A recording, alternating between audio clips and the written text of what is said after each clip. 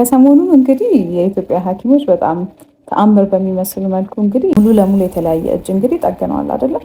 ይሄ ነገር እንግዲህ የተሳካበት ዋነኛው ምክንያት ኦፍኮርስ የሐኪሞቹ ኤክስፐርቲዝ እንዳለ ሆኖ የታካሚዎቹ በጊዜ መምጣት ነው።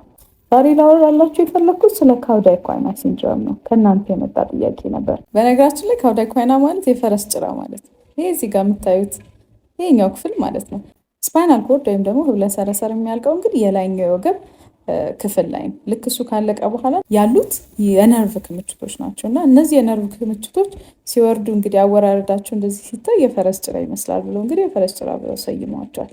እና ብዙ ጊዜም እዚህ ጋር ችግሮች ሲፈጠሩ እናያለን። ለምሳሌ የዲስክ መንሸራተት፣ ከነርቭ ላይ የሚነሳ እጢ አደጋ ደርሶ እንደዚህ አይነት ነገሮች ይፈጠሩና እንግዲህ እነዚህ ነርቮች ላይ ጫና ያደርሳሉ ማለት ነው። ያኔ ነው እንግዲህ ካውዳይ-ኳይና ሲንድሮም የሚባለው።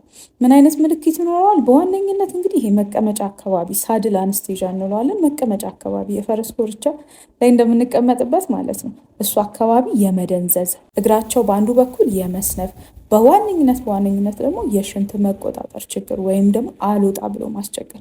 እነዚህ ነገሮች ከተፈጠሩ እንግዲህ በፍጥነት ነው ሕክምናው የሚያስፈልገው። ሰርጀሪው ይሄ ዲኮምፕሬሽን ሰርጀሪ እንላለን። ይሄ ማለት ነርቭ ላይ ጫና የሚያደርሰውን ነገር ማላቀቅ ማለት ነው።